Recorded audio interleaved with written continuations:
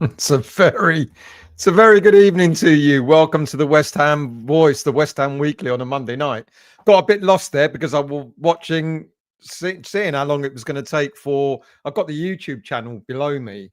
My God, it's well behind, isn't it? So I hope you're all doing well, and I hope you all had good weekends. Well, we know we didn't have a good weekend, did we? Because yet again we had to go through the turmoil of watching some awful football and losing yet another game. We're 19th in the league. We've only got 3 points. And thank goodness Aston Villa is almost as bad as we are. Hey, there's a bonus, isn't there? Look, I'm going to talk about the whole managerial thing actually tonight because a bit of news has come out that might be a little bit of a curveball in everything that we're thinking about when it comes to the managerial position. At this moment in time, of course, the manager is still Graham Potter. We don't quite know just how much longer he's got. There's suggestions that he will not be manager after the international break. Some fans are asking, well, why wait till then? I get it, but I'm going to talk about that later because there's one or two things that have popped up tonight, which has made me start thinking about who the next manager could be. I think we're going to get a new manager. There's no two ways about it. With the greatest of respect to Graham Potter, I think he's had long enough. If you go back to January of this year, he's had more than enough time to demonstrate that he can do something with this team. And some people are suggesting that they feel sorry for him because he's still in, he's got most of the squad that was left over to him by Lopetegui, Moyes, Sullivan, etc., etc. But he had an opportunity in the transfer window to go out and get some players of his own. And he spent 15 odd million pounds on a goalkeeper that not many of us think is very good. But I'm going to talk about that later on. So I'm afraid you're going to have to watch an awful lot of this show to wait till I get to what I think could be a bit of a revelation when it comes to who might be a possible managerial candidate. Because we heard tonight that there are 3 shortlisted managers or ex-managers or current managers who are out of work. 3, of course, they're out of work. We know that as a given. But there are 3 managers who have been shortlisted. And 2 have yet to be mentioned by mainstream media or social media yet. We're going to have to wait. So the first thing I'm going to do, I'm going to say, no, you know what? I know I've got a lot of comments, but if I don't go through the other bits of West Ham United, we'll never get there, will we? So let's talk initially about the problems off the pitch. We're all too familiar with the problems on it. But the problems off the pitch, fans are upset. Players are upset. The manager's upset. The owners are upset. Their other halves are even upset and come out all guns blazing, haven't they? But what's happened with all that is it's not changed anything in terms of our performances. Well, a mildly better performance, but still the result was bad. So last week, of course, there were the whole thing about the letter of no confidence, and the board did meet with representatives of the WHUISC, and then they had minutes of the meeting, but they said they'll come back on some key points that the WHISC raised. But before they did all that, they put a message out, didn't they, on the West Ham website to all the fans. Now, I would wager that the message that they put out last week probably galvanized more fans to going on the march at the weekend before the Crystal Palace game. Let's say there were about 3,500 fans who went on the march at the weekend, give or take. So it was a really, really good turnout. I would wager that at least 500,000 of those probably went, look at that message. They're still not getting it. I'm going to go on the march as well. So they're probably galvanized more than anything else. It really, the message that the board sent out was just like, it just didn't get it, did it? Absolutely didn't get it. Now, as I said, I think 3,500 fans attending the march was successful. Of course, there's a boycott coming up for the Brentford game later in October, a televised game, and on Monday night. Then there's a big demonstration again being planned against Burnley, and Paul Colburn is hoping that we're going to achieve far more than the 3,500 that attended the march at the weekend. But by then, we might have a new manager in place.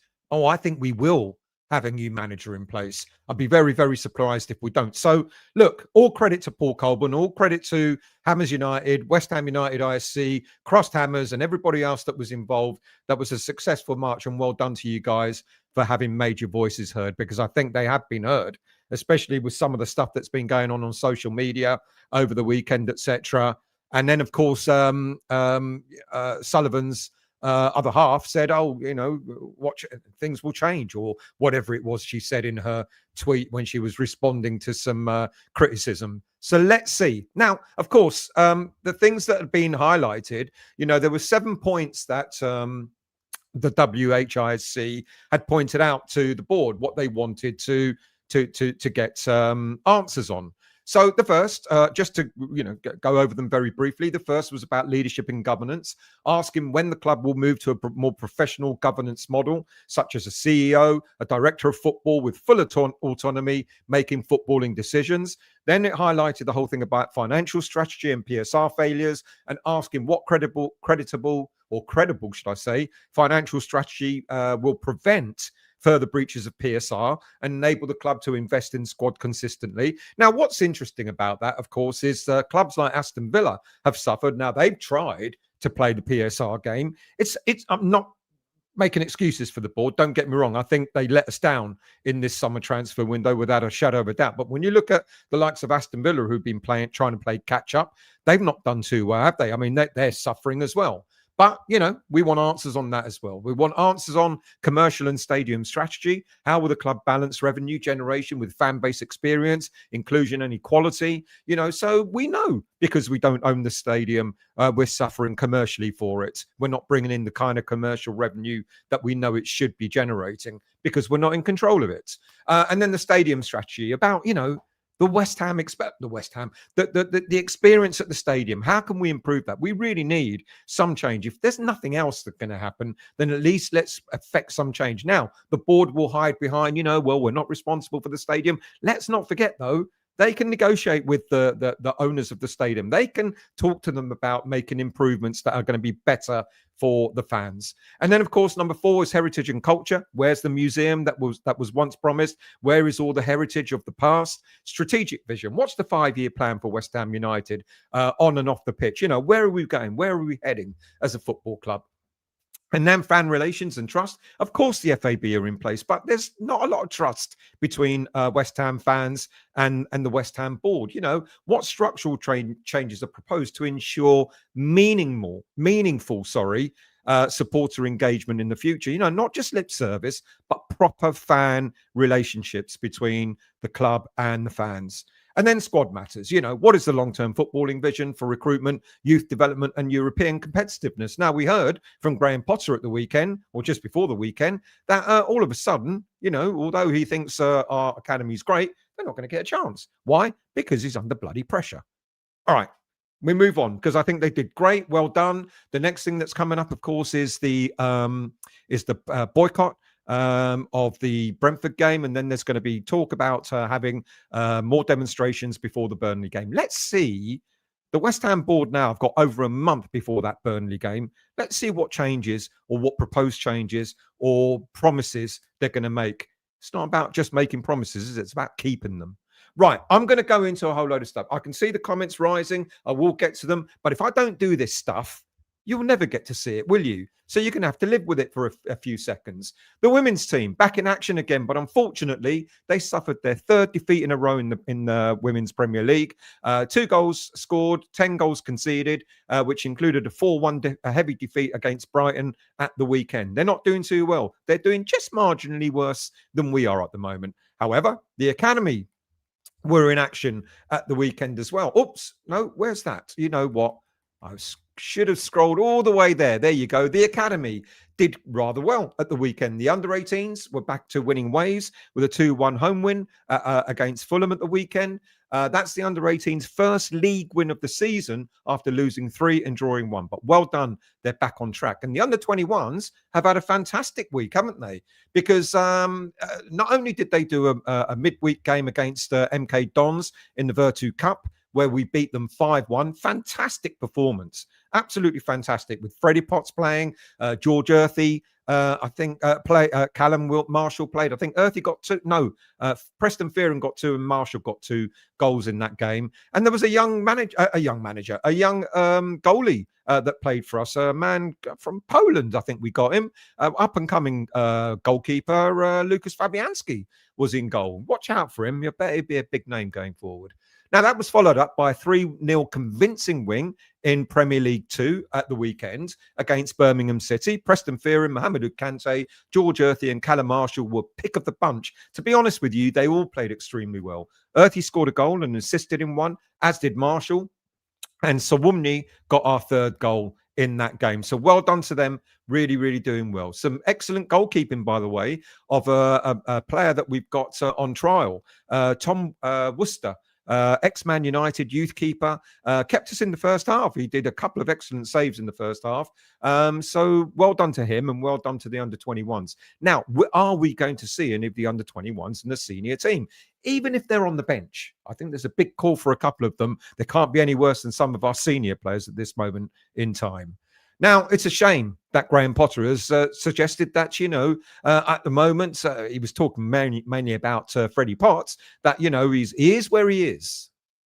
What? Playing for the under-21s, mate, when he was playing all the way through the pre-season with you, and now he is where he is. Such a shame. Such a shame. He should be getting minutes. And I think Callum Marshall looked really sharp, and I think he should be getting minutes as well. Do I think any of the others should at this moment in time? Maybe not. Maybe not George Earthy. Maybe not Preston Fearon. Maybe not Mohamedou Kante, that have all done well. But certainly Freddie Potts absolutely deserves his chance in the centre of midfield. You want someone dynamic, someone with a bit of gut, someone with a bit of honour, that's going to really fight for the shirt. Freddie Potts, West Ham through and through. Why not? And then Callum Marshall, he's done extremely well. He's done what he's been expected to do. Going out on loan, doing the business on loan, coming back, looking fresh, and the way he's scoring his goals. Sure, you could argue, for the under-21s, but against MK Dons, okay, what are they? 4th division or whatever they are, the current league that they're in. But he was doing it against, players, professional players of that level, of that caliber. And I think those two, if no one else, deserve the chance. We've got spaces. We know our midfield is crap at the moment, and we know our strikers are not great. So why not give them a chance? Now, there's got to be a very special mention, of course, to former West Ham women's manager, Matt Beard. Rest in peace. He was found. He died at the weekend. I think it was the weekend. And our condolences go out to him and his family. Now, some players out on loan. West Ham United have got a number of players out on loan, as I'm sure you already know. Finley Herrick, yet again, doing extremely well in the Enterprise National League, as Boreham Wood stretched their unbeaten run to 10 games in all competitions with a 2-0 win away at Boston United at the weekend. So well done to him. I'm glad that these players are doing well. I'm not glad that they're down in those leagues, but hey, at least they're getting game time. Also in the National League, Mason Terry's Braintree Town earned their first away win of the season with a 3-1 victory over Eastleigh. Further up the divisions in League One, Michael Forbes, central defender, came off the bench for the final 15 minutes of Northampton Town's 2-0 defeat at Wycombe Wanderers. And also in that tier, Lewis Orford featured in a Stevenage matchday squad for the first time, and they won 2-1 against Exeter City. West Ham can now confirm that Reagan Clayton has also gone out on loan for the rest of the season, also joining Braintree Town. Goodness me, I've got to get these teeth fixed. Braintree Town for the rest of this season.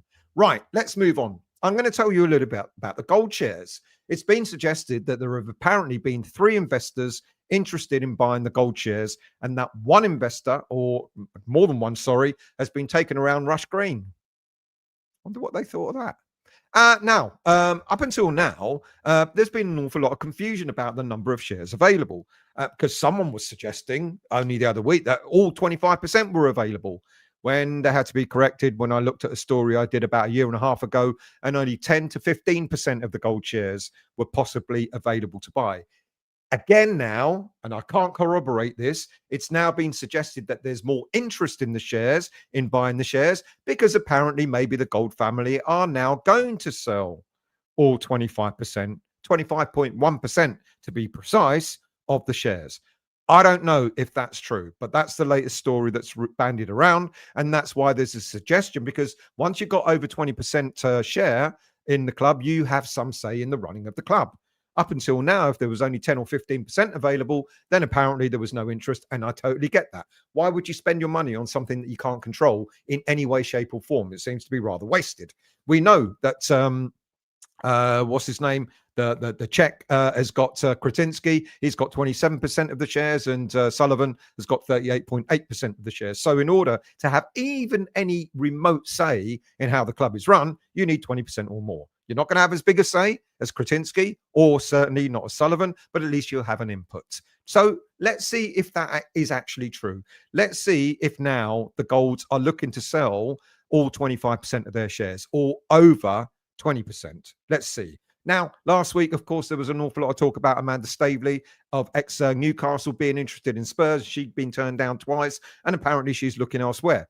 Who knows? There's a possibility that Staveley may be one of them looking to buy these shares. Would be fantastic for West Ham. But apparently one of the people that was taken around Rush Green last week was of foreign-looking nature, Arab or whatever. Who knows? Who knows? Let's see what happens there. Right. I'm going to talk about, shall I talk about the game and get that out of the way? Because the main thing we're going to talk about tonight is, of course, are we getting a new manager? And if so, who? And if so, when? I'm going to come to your comments in a minute. There's only 100, nearly 200, so I'll get to them. I'll get to them in a minute. I promise you. So, how about you know what? You know what? Let's do it now. Let's go all the way up, and let's say hello to everyone now. So, good evening to you, Foxes. He had a better record at Chelsea. That doesn't say much. I hope you're well, Foxes. Anthony, good evening. If West Ham had a choice of staying up if Moyes is in charge, if West Ham had a choice to stay up if Moyes was in charge, or go down, he's not in charge, would you have Moyes back? I'm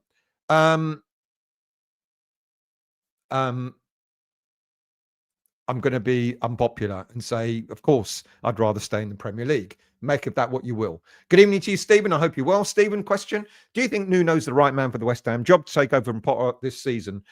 More of Moyes, that is, really. Do I think he'd be the right man? He could be the right man for now.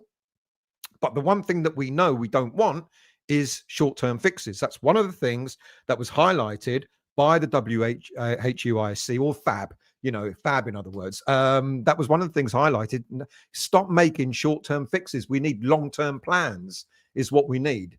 Bernie, good evening to you. I hope you're well. I hope all has gone well with your health. Right? Not till next week, mate. Still another week away, but thank you very much. West Ham is in trouble, in a mess. Holding on to Potter just delays the inevitable, but who would you choose?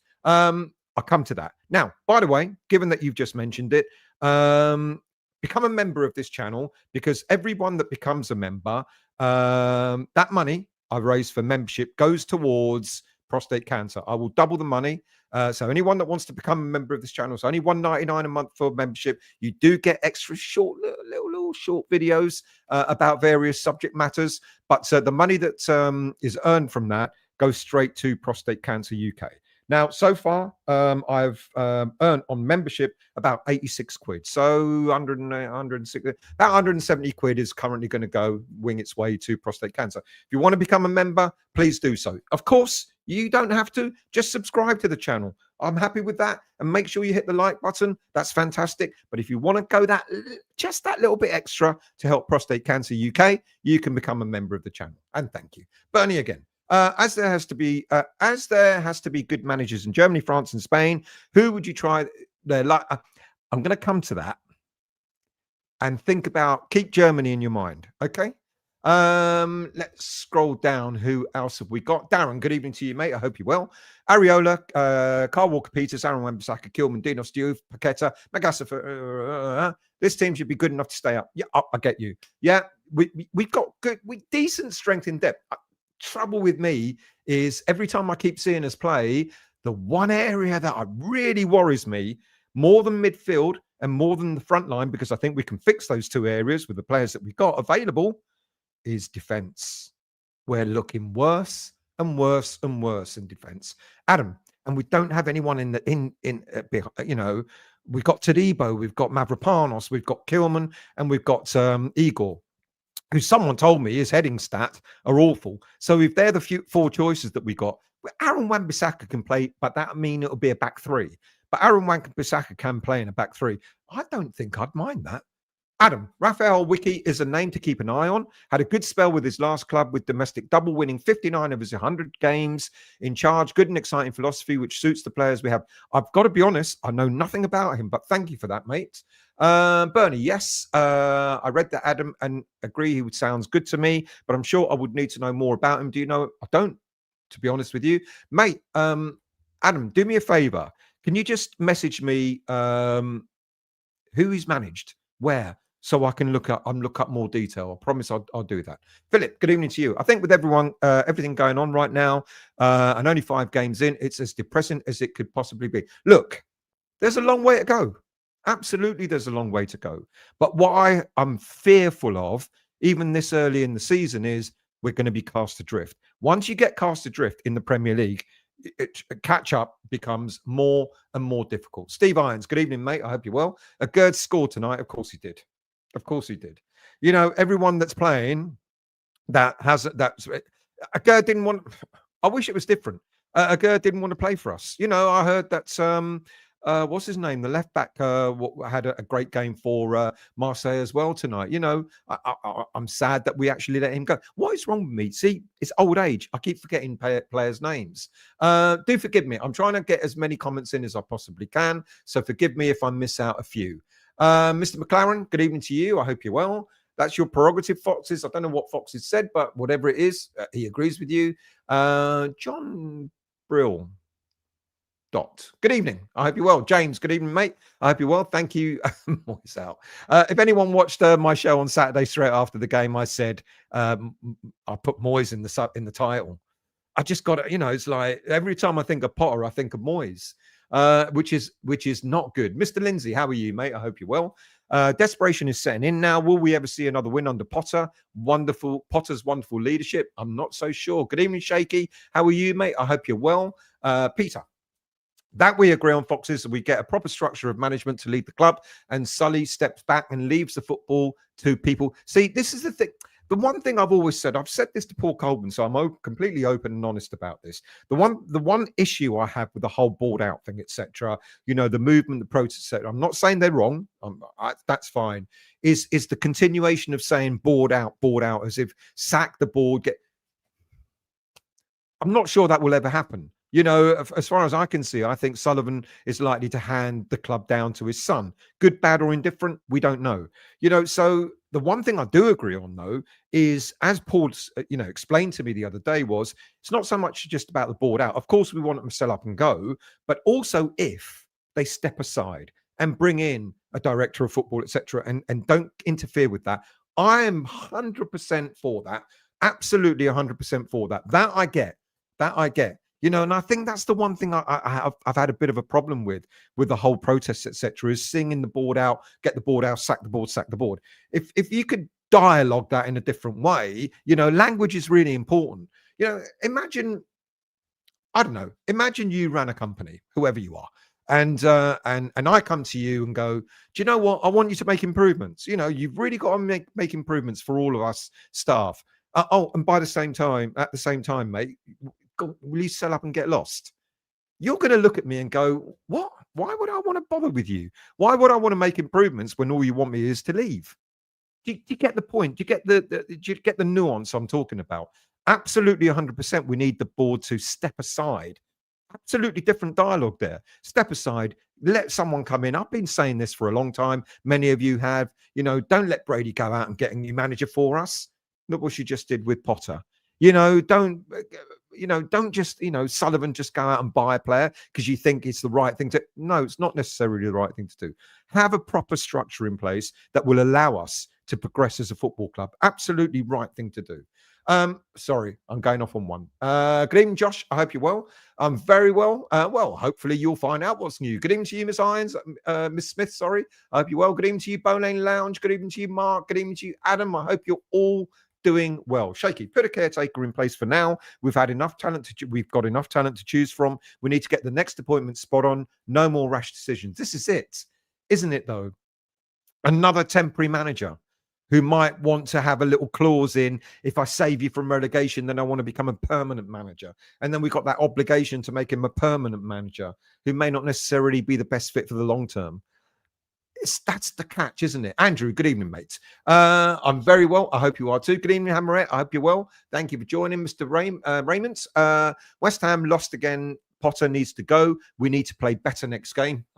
Absolutely, 100% agree. Darren, good evening. I hope you're well. I put Robson in charge. Look how the youth are playing. At least it will bring the youth in. Mark Robson, maybe. Not sure. Maybe. Gary, good evening, mate. I hope you're well. Thank you for joining. PB, good evening. Attacking coach and a director of football, please. Exactly what we're asking for, isn't it? John, Stell from John. Hi, Stell. John from Nottingham. Hello, mate. How are you? Seems your fans don't want Nuno. I've told you before, he played breathtaking football at Forest. Don't underestimate him. He will sort your club out. Thank you for joining, John. Much appreciated. Paul, good evening, mate. I hope you're well. People have got mixed because they've got Potter. They've got Moyes stuck in their minds. And we're being told on a regular basis that Nuno is version 2 of David Moyes. Would you agree with that? Paul, good evening, mate. I hope you're well. Please, everyone, do not go to the Brentford game, even if it's kids for £1. We need to stop our great club from dying. Hammerette, when you accept that he's not capable of turning things around by interviewing other candidates and keeping him in charge for another few matches, it's mental and pointless. I totally agree. If you have actually interviewed other managers, then what is the point of procrastinating? What are you hanging around for? You know, this whole thing about, manager, whoever we get in may not win the next 2 games. What? What's that thing about having a new manager and, bouncing back from that? Who knows? We might get a new manager in and go and smash Everton and then do our traditional 1-0 win or whatever it is against Arsenal away. Come on. Why lose those points? Anthony, I hope you're well, mate. Bring in Nuno before Monday night's game against Everton. If they were going to do it, I think they would have done it by today. Vinay, who is Potter? Why is Potter still around? We don't know. It's a good question. Glenn, Potter got 2 more games to lose, then Sullivan will sack him. Can someone make that make sense, please? Why even? I don't even know if the board even said it, but if they did, it's rather stupid. Oh, well, we're going to lose 2 games anyway, so we'll sack him after that. Boleyn Lounge. It's always the same, Hammerette. They give all our managers a death of 1,000 cuts. They give us as fans death of 1,000 cuts. Billy Bob, thank you very much for doing so, mate. AT, good evening to you. Do you think Slab will come back? No, I don't, but I'll come to that later on. GP, I hope you're well, mate. Thank you for joining. Harry, how are you, mate? The old brass needs to keep her off out of things. Let's be polite, but she needs to keep her out of things. Absolutely. John, Hammerstein. Happy Hammerstein? Who's Happy Hammerstein? I think he means you, Hammerette. He's brilliant, making players better. Honestly, he's a good manager. Retro, good evening, mate. I hope you're well. Obviously, what Sully is doing, get the new manager in for the Brentford game. Obviously, what is Sully doing? Get the new manager in for the Brentford game, which has one that was due to be boycotted. Well, that's another theory, isn't it? He's not going to get a new manager in until Brentford. So that means those who were thinking of boycotting will turn up and support the new manager. That theory has got legs. You can see that. That's the sort of thing that probably goes on in Sullivan's mind. Neil, I think it's sadly too late to change our destiny this season. We had better sides with better managers to take the drop. I don't think it's too late. I really genuinely don't think it's too late. But if we carry on, because some are suggesting that he might stay until Christmas. If Potter is here till Christmas, absolutely 100% we're going down. If Potter is here for the next 2 games and we don't win them, there's still a good chance, but we will be cut adrift. That's my massive concern. Fremmer, good evening, mate. I hope you're well. Thank you for joining. Hammerette, there's never been any acceptance of responsibility from the board. There never will be. I honestly think they believe they've been God's gift. They do. Look at the statement they put out on the West Ham website last week. They do believe that they've been doing fantastically well for West Ham United. I don't think they get it. They don't get it. They're like, what more do you want? Hang on, what more do you want? You know, Premier League team, you know, Brady, bragging about you've been in the Premier League for longest in a period or whatever it is. She said the other day, well, that's going to come up and, slap her in the face, isn't it? And, this whole thing about, being wonderful Europe, blah, blah, blah. Shut up. We don't want to have that rubbed in our faces, and it's despite the owners rather than because of the owners that we had European success and so on. We've got to thank Moyes for that. Daniela, for me, Nuno, another short-term manager, never stays around, walks away when he no plan B. This is why we need a little bit more than just Nuno, I think. Billy Bob, Nuno is another Moisey. Dave, I'm David Sullivan. I'm staying.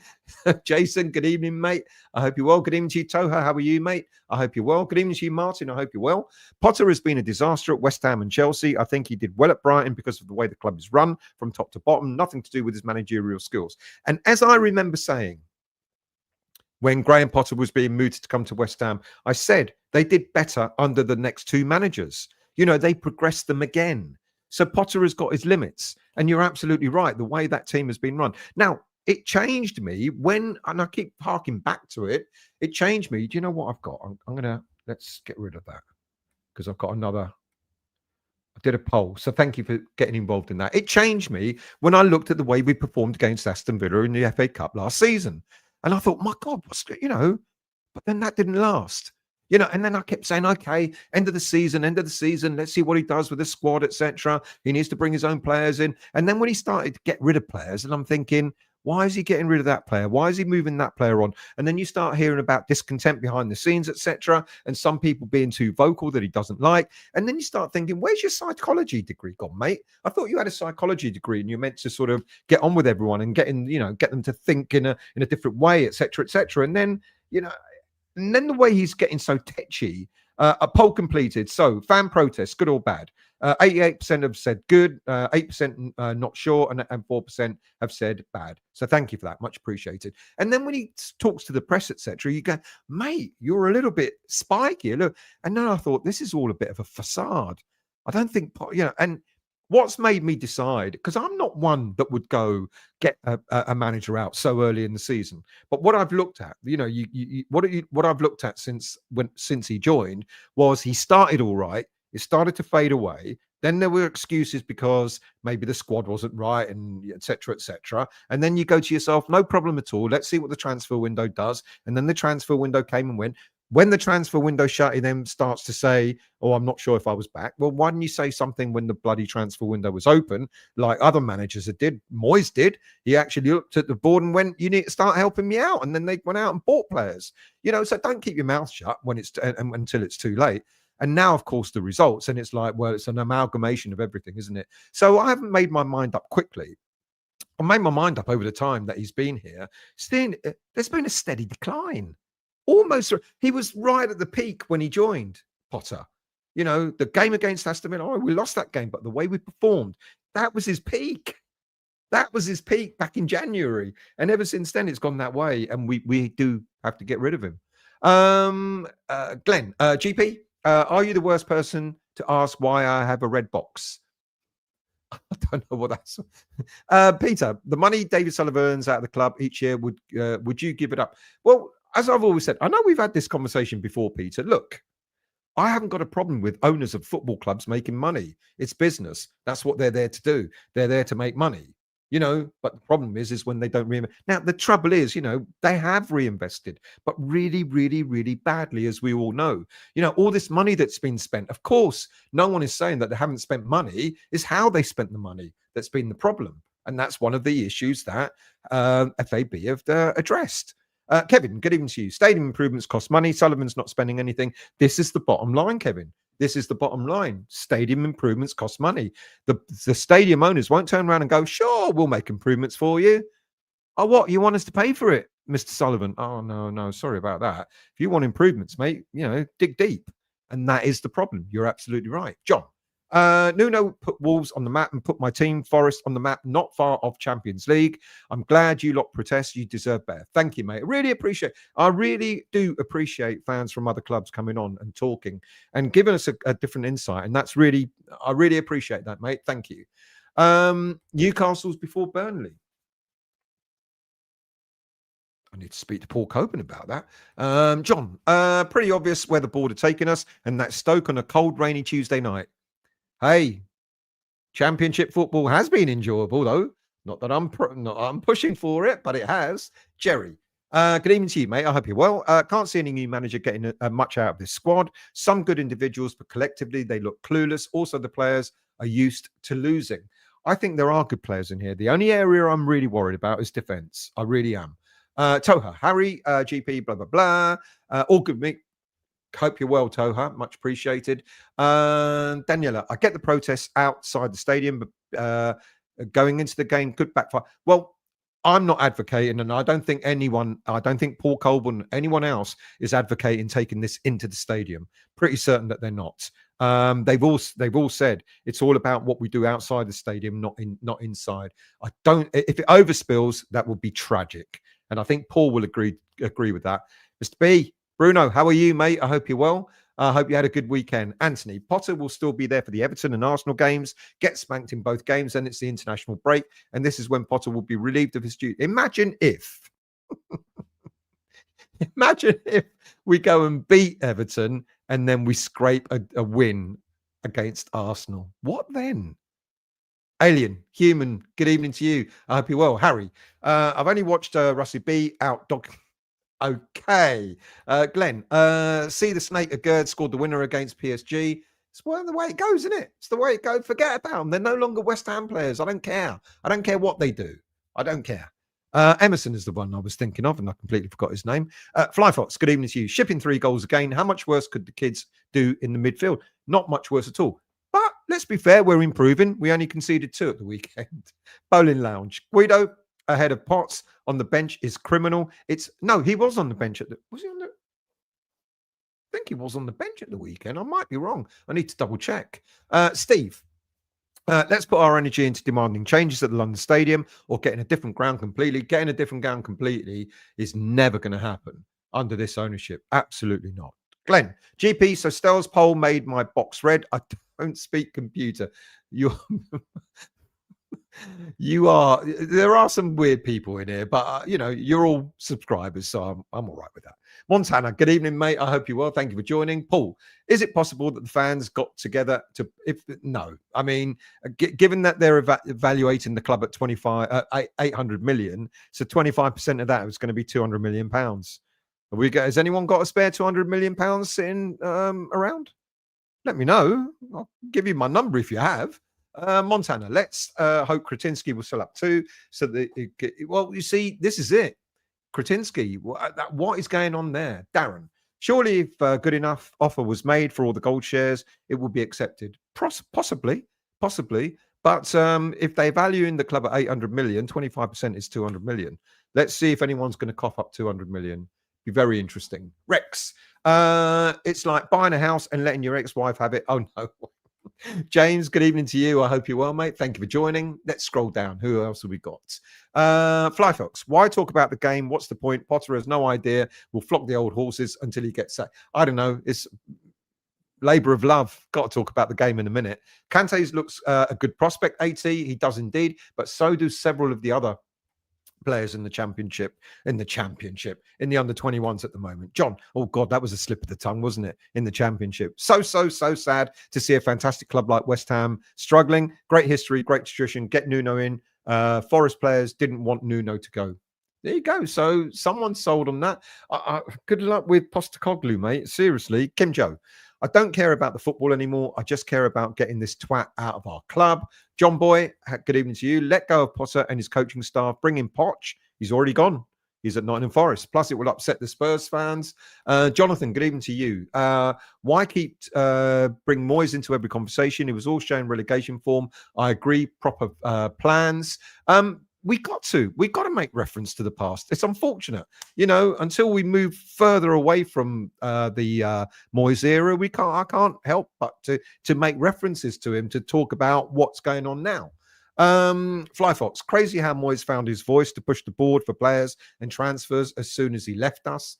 There you go. Anthos, good evening, mate. I hope you're well. You're not like Samson who lost his strength after his haircut. Evening all. Hope you're not like Samson who lost his strength after his haircut. I haven't had a haircut yet. Mr. Williams, good evening to you. And fellow suffering hammers, expect the shirt and the accept the shirt. I hope you're having a good holiday, mate. What are you doing watching this while you're on holiday in Italy? I hope you're doing well, and I hope you're not pissed already. Steve, had COVID a few years ago, never been the same since. Sorry to hear that. Essex Hammer, thank you for becoming a member, mate. Much appreciated. Really, really appreciated. Kim Joe, we need to set backs as new goalkeeper again, and I've won forward. We need centre backs, a new goalkeeper, and one centre. I'm quite happy Areola's back in goal. We need a striker, but we've got a young striker who's chomping at the bit. Centre backs, though, yeah, I'm a little bit concerned there.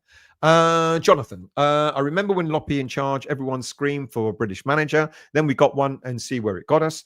We need to find the best people for the job, no matter where they are or where they're from. Absolutely agree with that. Good evening to you, Tash. I hope you're well.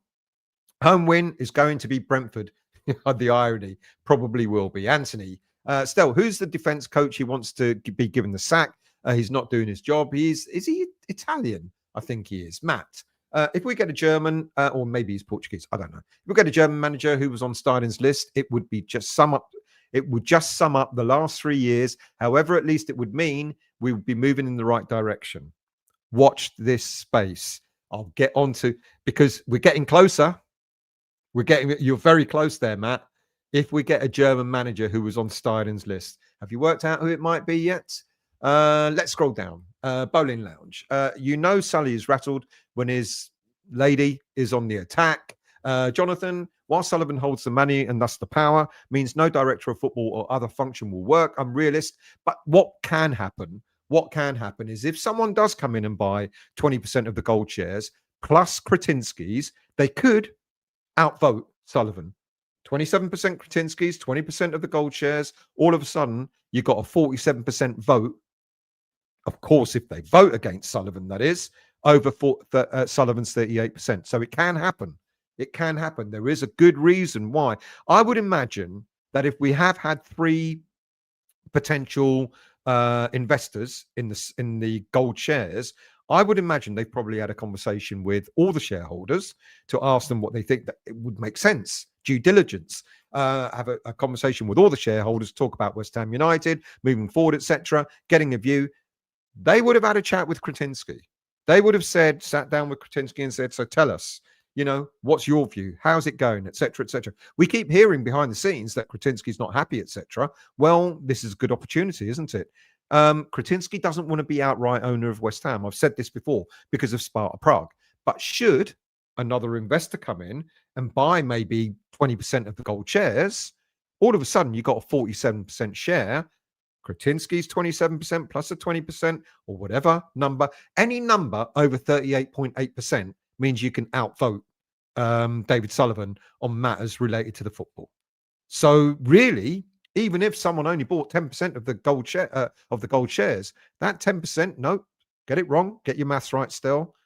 Even if they bought, say, 15% of the gold shares plus 27% of Kretinsky's shares, you can outvote David Sullivan. So there's a possibility it could happen. God, I go off on a tangent, don't I, sometimes? I do apologize for that. Yuha, good evening, mate. I hope you're well. Daniela? The same as what Spurs and Man United have done. The crap owners are still there, but they're not running the football side of things. Yeah, good point. Good evening, mate. How are you? I hope you're well. Ommied, if anyone hasn't subscribed to this channel, Ommied, do so. You know your name's just gone out of my head, don't you? I've done it again. Your name's gone out of my head. But Ommied, son, do subscribe. Fucking hell. I'm getting old and I'm getting senile. We need a strong leadership and structure with a clear vision of this kind of club, and we need to be the style of football we want to see play. We need to be start again. We need a strong leadership and structure with a club vision of this kind of club. We need to be the style of football we want to see played. We have none of that, so change is required. You know what? I'm really embarrassed because you only messaged me the other day, didn't you? And my head is completely gone. But I'll get it in a minute.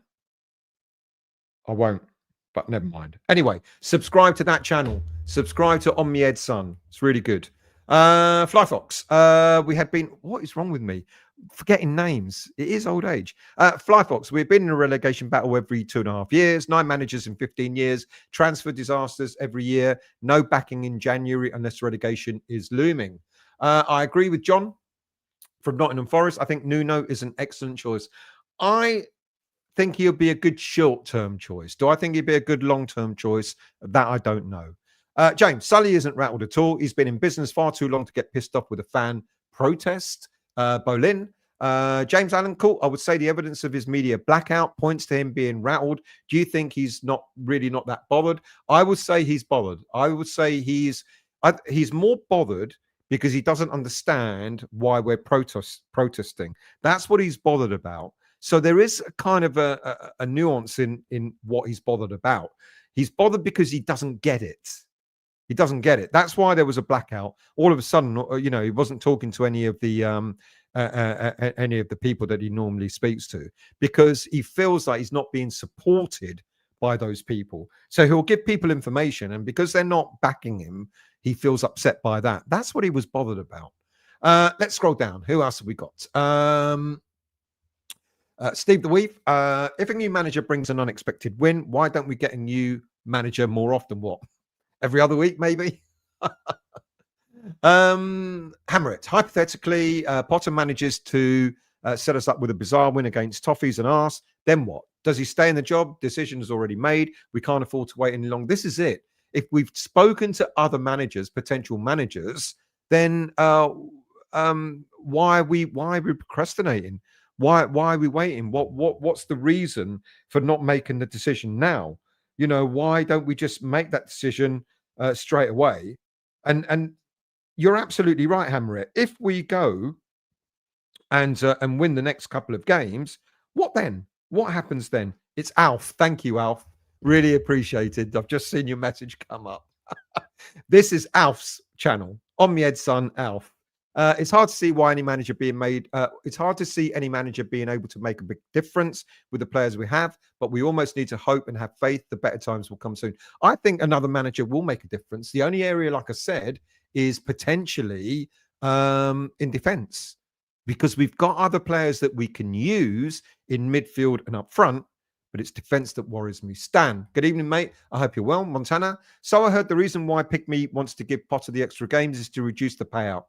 It won't make any difference. It really won't. A couple of weeks here and there makes absolutely no difference at all. Darren, I was right before the team was announced. I said if Ward-Prowse starts, we'll lose. Why keep playing him when Potts is miles better and quicker than him? And the subs were a joke. Somerville, fair enough. Yeah, it's bizarre, isn't it? It is bizarre. John, I think Nuno's a terrible choice. There must be a young, hungry manager on the continent. I'm sure Brighton would have one lined up. All the names mentioned are problems waiting to happen. Flyfox. Moyes deserves a medal for managing to win a trophy under these clowns. He couldn't succeed any longer under them, but 2 good years and the trophy were impressive considering how they're run. Yeah, I think he did a good job. Should we have kept him? Probably not, but he certainly did a good job while he was here. Glenn, we will go down that Tight Sullivan with Tight Savin. With us on his sailing boat and his that's Sullivan and his girlfriend. Bring someone in to take them out of the club. We need a rich man. This club's crashing. We need the right owners. We don't need another rich man who's going to use West Ham United as his plaything. That's the problem that we've got. Graham, our board are the biggest bunch of narcissists in the Premier League. They make mistake after mistake, but never admit it, which I agree with. Anthos. Can you imagine Paolo Di Canio managing these players? You throw them out. Am I the only one that doesn't want someone like Paolo coming in? He's mad. We just know that he'll be mad and it will just be chaos. And, it's mad enough as it is. We really don't want him back.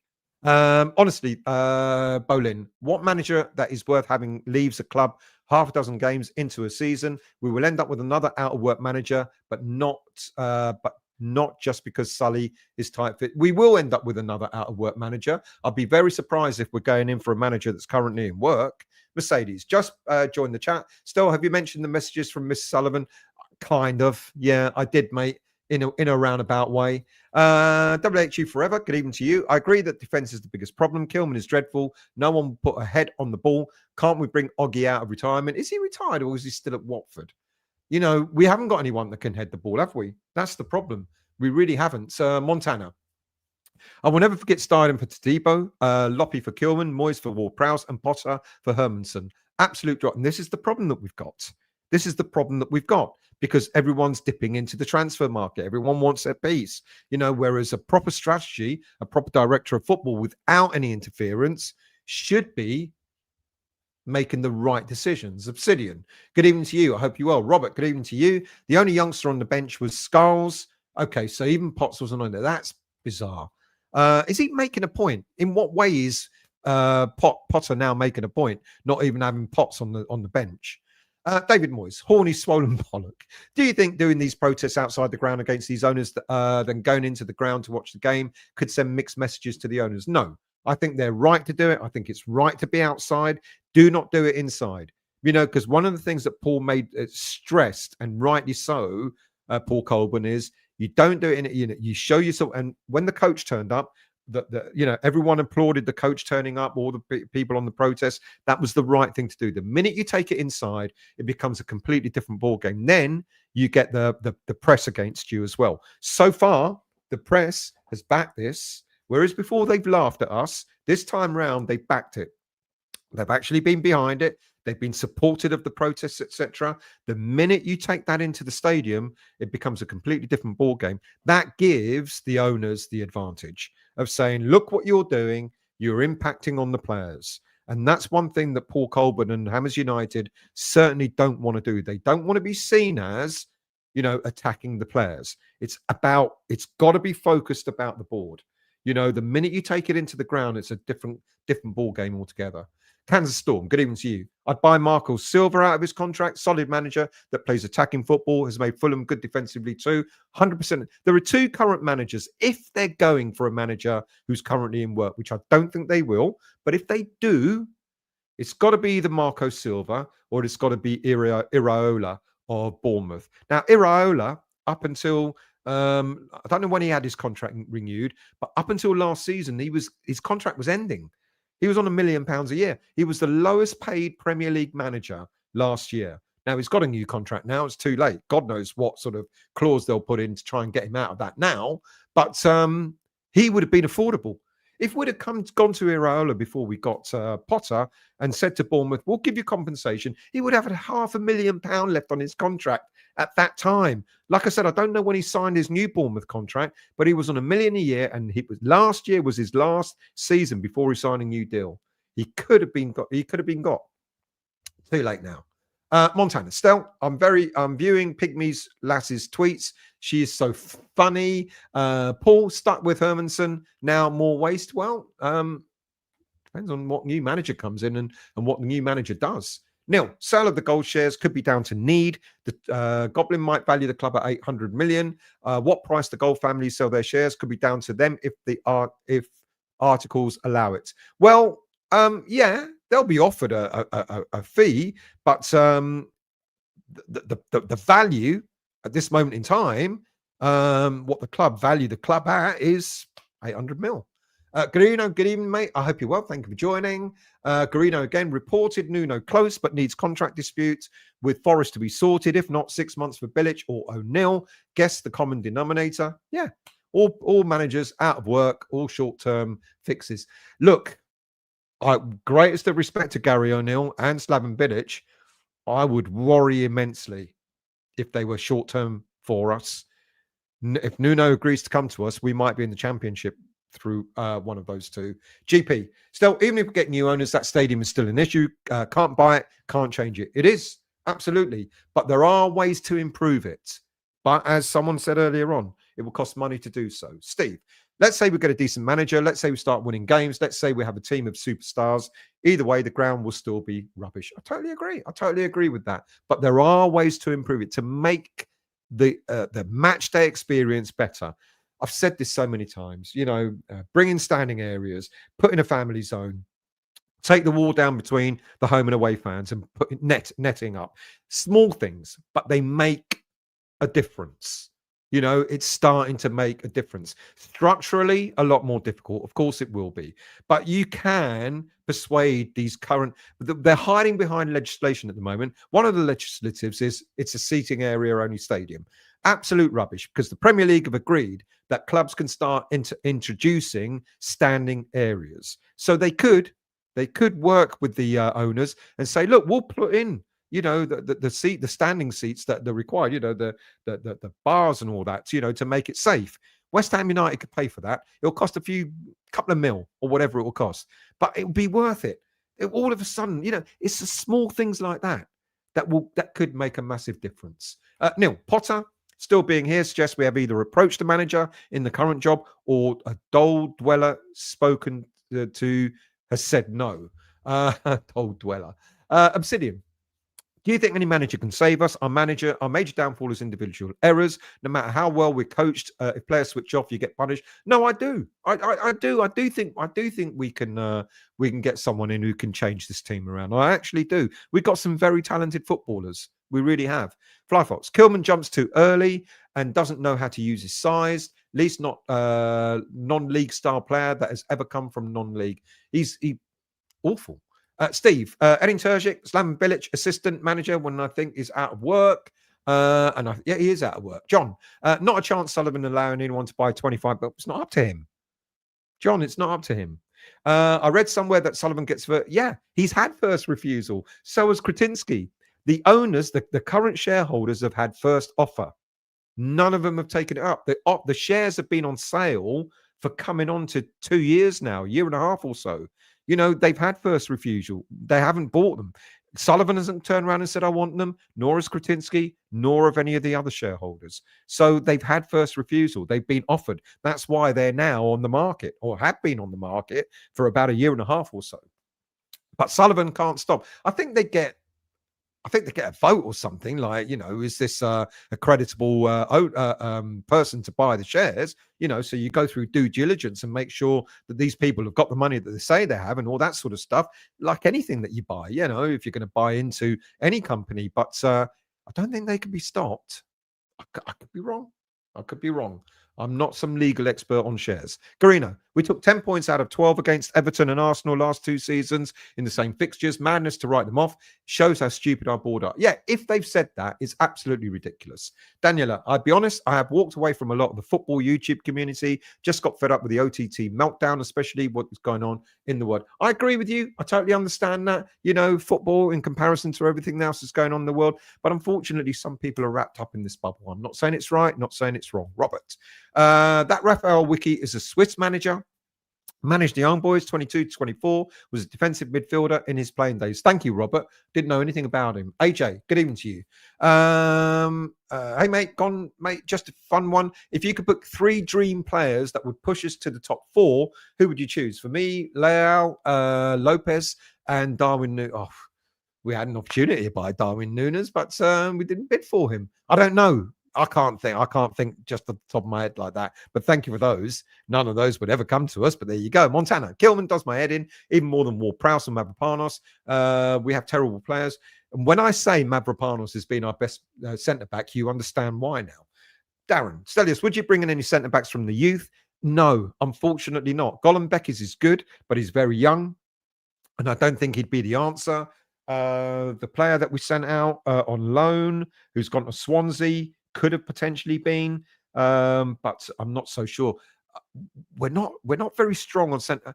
Well, Ezra Myers, maybe, just maybe Ezra Myers, but be a tall order for a young centre back to come into this mess. Garino, Bilic may not be the best manager, but by God, we played with no fear, with respect for anyone, with no respect for anyone. Would rather lose 4-0, go for it, than lose 4-0 and have our tummies tickled. Yeah, get that?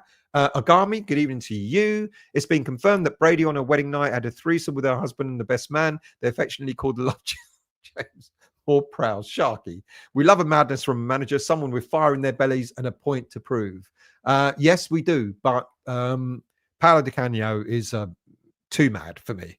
Stan, why would you hire managers that are used to getting the sack? If you always do what you've always done, you'll always get what you've always got. Yeah, very true. Good evening, Daz. I hope you're well. Good evening to you, Trodge. How are you, mate? I hope you're well. Good evening to you, Sean. How are you? Daniel Estelle, you're right. We can't take it into the stadium. Everyone that goes to games must turn up for the game. Yeah, you can't. You absolutely cannot take it into the stadium. I've heard about Bellamy. Who said that? Get Craig Bellamy in, Stuart said. I've heard this a few times. I'm not convinced. I won't lie. I haven't really followed Craig Bellamy and Wells, to be honest with you. I'm not so sure. Simon, good evening, mate. I hope you're well. St. Albans biker, good evening to you. We need a new stadium before we can think about moving forward, but that won't happen. That's not a tomorrow decision, and it's probably not for the next 10, maybe even 15 years decision either, to be quite honest with you. Kansas Storm. With the stadium, we need to do what Everton have done and build a purpose-built ground, loads of land in the Memorial ground outside West Ham Tube Station, back to our roots. Yeah, but current owners won't do it. And maybe even new owners won't do it. New owners, I think, maybe will turn around and go, let's see what we can do to improve what we've got, but not necessarily build a new stadium. Steve, make improvements to the stadium from a fan's point of view, and I'm sure the team will improve without any extra effort from anyone. Steve, Casey on loan is who I was thinking of. He'll be back next year and playing for us in the championship, as probably most of our championship players. Why I've been hamstrung by the last three managers still, you tell me, mate. I don't know. Because of the owners, because they don't look further forward than short-term fixes. This is the problem. Keith, Galispera, mate, I hope you're well. Apologies for my tiredness, but this clashes with other commitments. Good to see you, and thank you for making it, even if it's just for a few minutes, mate. Really, really appreciated. David Moyes, horny, swollen bollock. I went to the protest, great turnout, but never went to the game. But do you think the owners look and think half these protested against me are now in the stadium? No, as I've just said, the whole thing about not taking it into the stadium. No, I don't think they're seeing it that way. I really don't. I think they are affected by it. Essex, Stell, do you really think that Potter can turn this around? No. It looks terrible so far, but surely he needs more than 5 games this season. I'm afraid I don't think he can. I wish he could. I wish I could think that he could turn it around, but I really don't think he can. Stuart, a Gerd scored winner tonight. Yep, we've heard. Yep, we have Kilman. Emerson also been outstanding. James, new stadium. Really, Napoli, lots of stadiums. See, this is the other thing. There are teams who play around Europe who play in Olympic stadiums, and they generate a good atmosphere. Now, I'm not saying this about the fans, and I get the whole thing about the stadium. I remember I spoke to Nigel a few months ago, and he actually said to me, stop talking about pushing the seats closer. If you actually push the seats further back to fill in the gaps, you might have a better atmosphere. And I never thought of that before, and he's absolutely right. Who else have we got? Special one, good evening to you. Huge mistake not prioritizing the centre forward. Could be the nail in the coffin. Absolutely right. I'm going to take a breather. We're going to talk about the game. And then, of course, we're going to talk about the 3 shortlisted managers. Let's see if you can work out. No one has come up with the name I'm thinking of yet.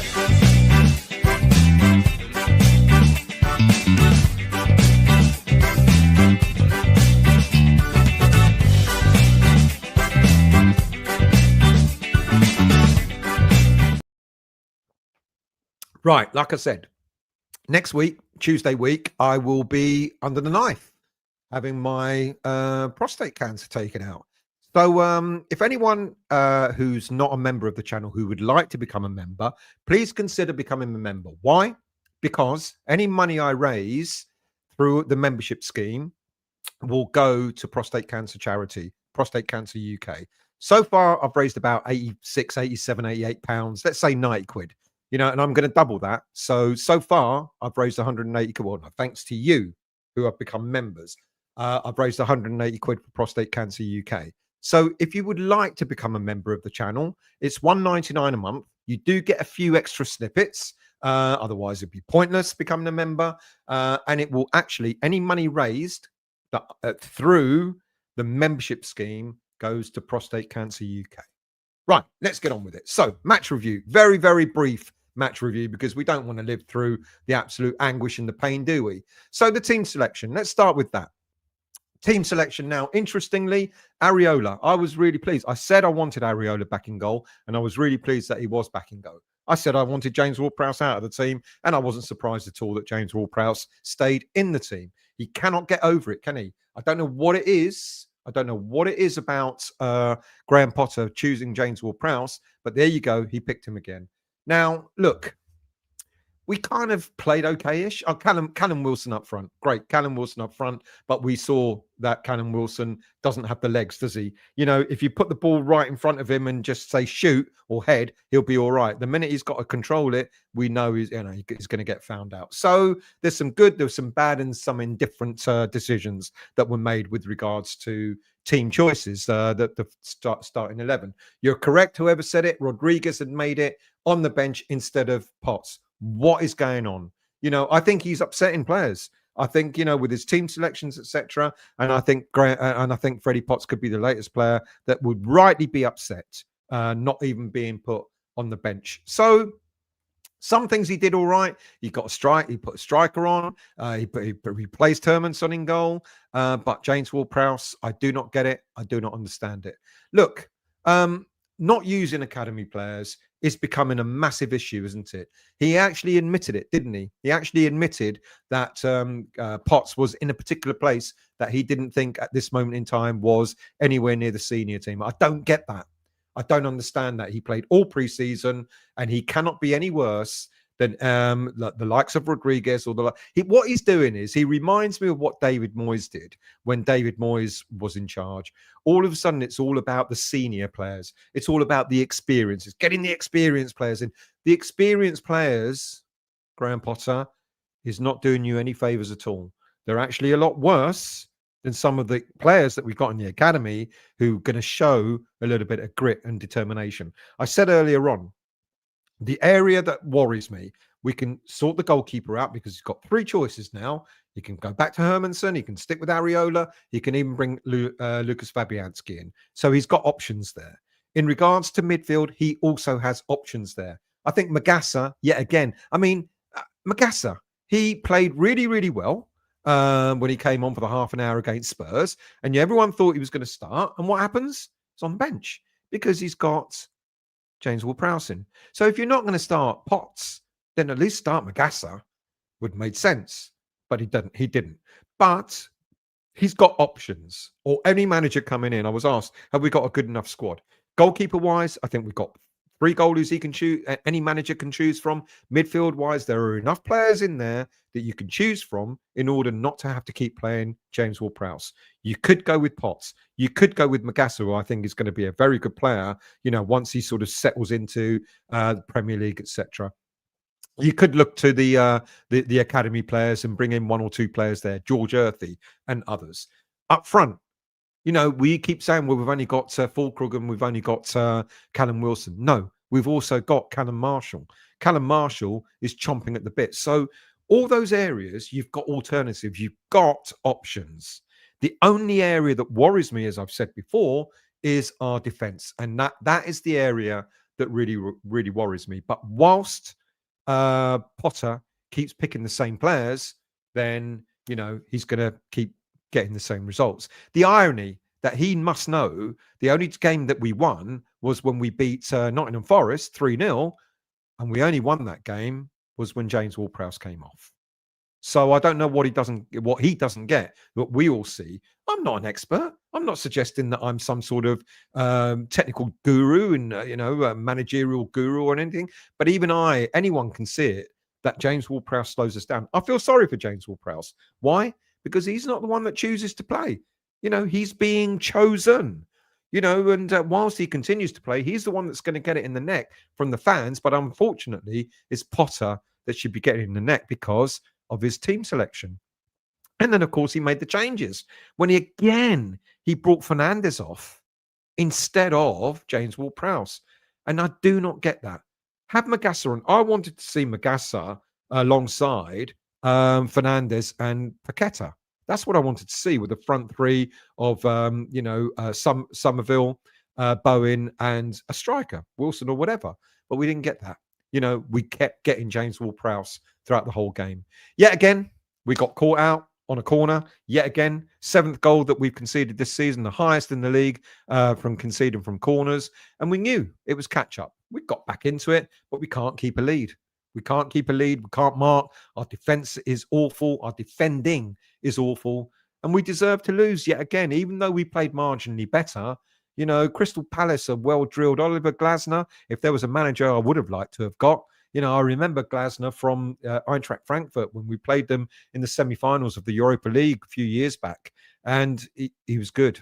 You know, the way he gets his team to play, forward thinking, etc. You know, that's the sort of manager we should have got. Another defeat. We're second from bottom in the league. We deserve to be second from bottom in the league. So what's going to happen?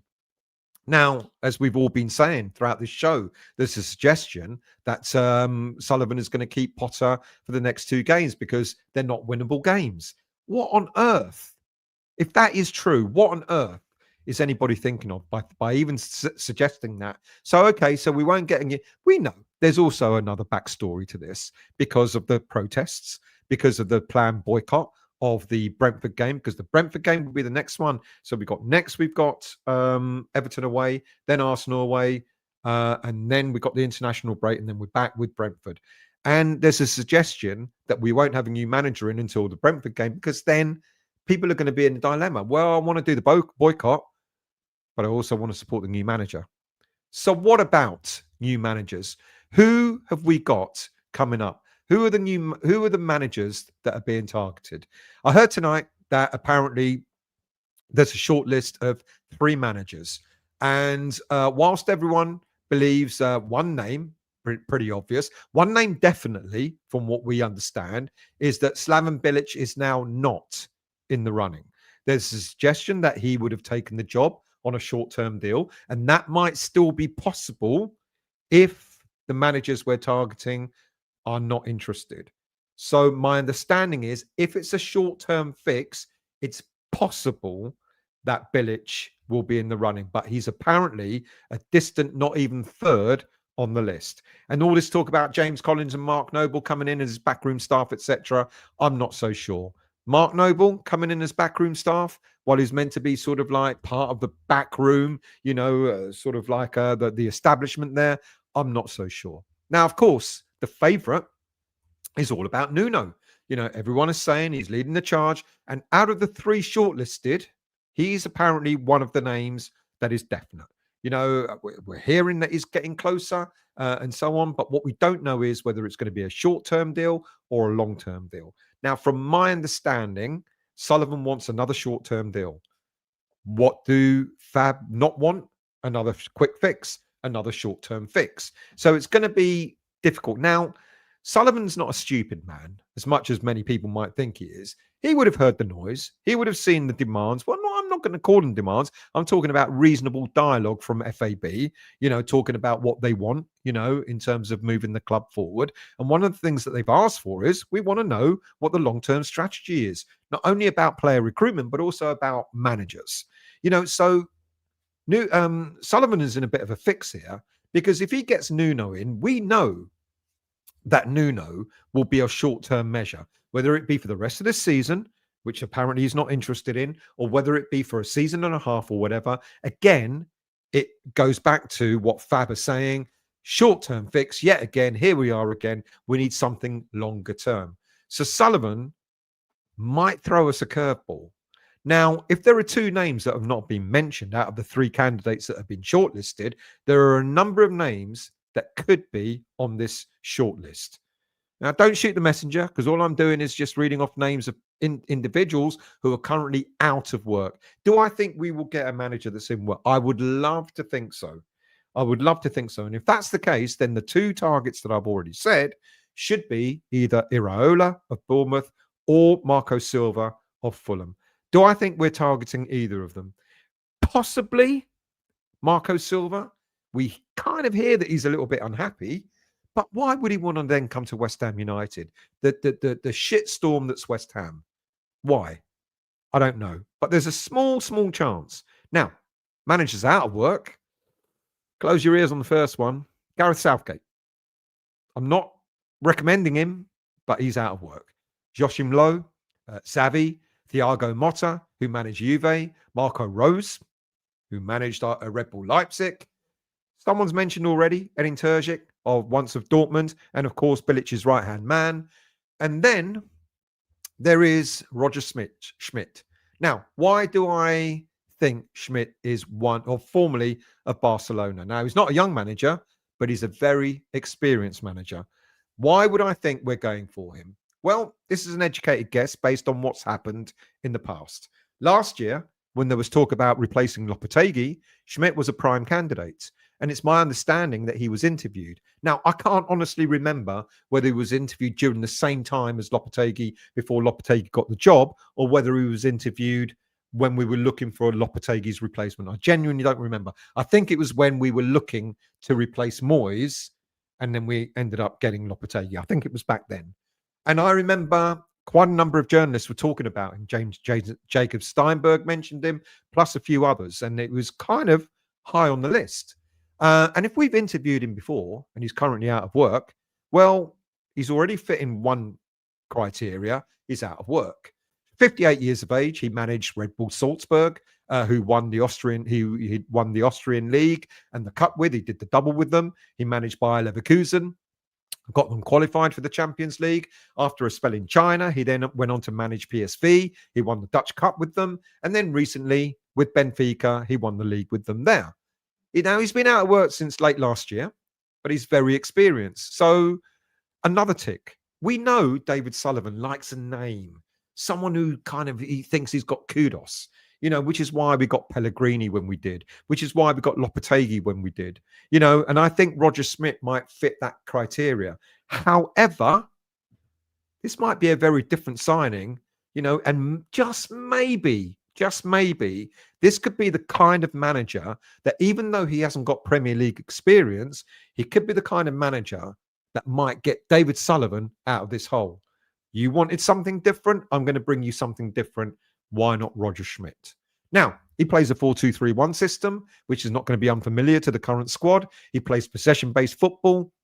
His teams transition from out of possession into possession, from a 4-2-3-1 to from a 4-2-4. So very attack-minded. He uses a holding midfielder who lies deep to receive the ball from the keeper to start the play. We've got players that can do that. His fullbacks push up. We know we've got the likes of Wan-Bissaka and Diouf who can do that. And as his fullbacks are pushing out wide, his wingers push in. So the likes of Bowen cutting in, the likes of Somerville cutting in. That also can work. In defense, his team are aggressive in the counter-attack. And that's the one bit that's going to fall down. We don't have aggressive defenders. His wingers are given freedom to find space. Like I said, ideal for Sullivan to cut in. There's a lot about him that fits this squad.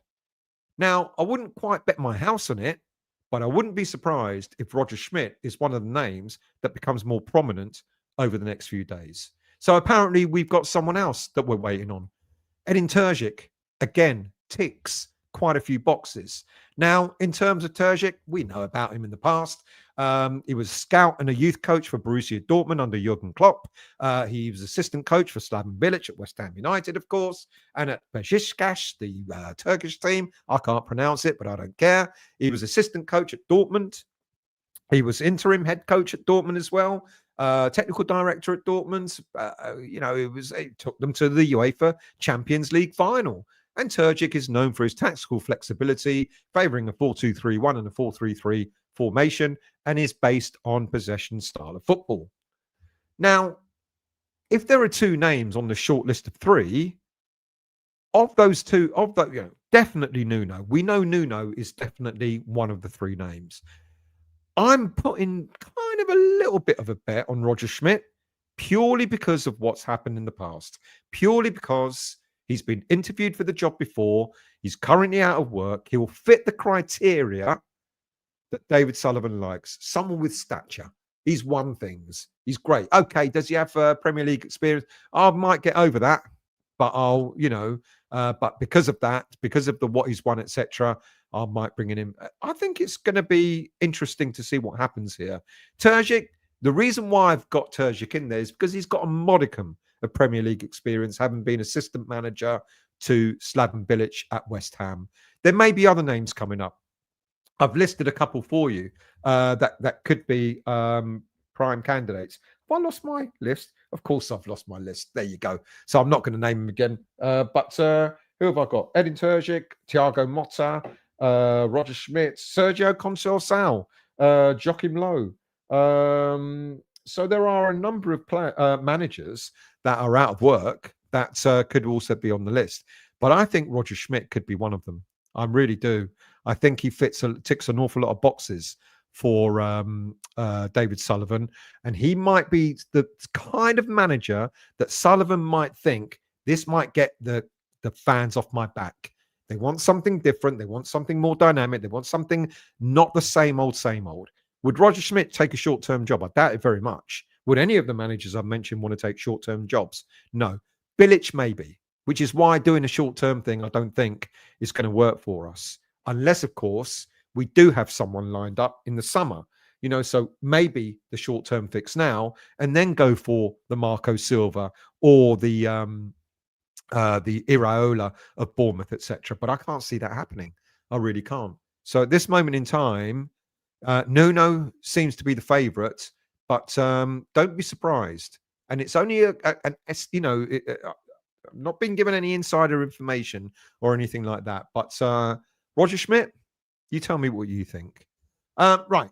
There you go. Who would I choose as manager? Would I take Schmidt?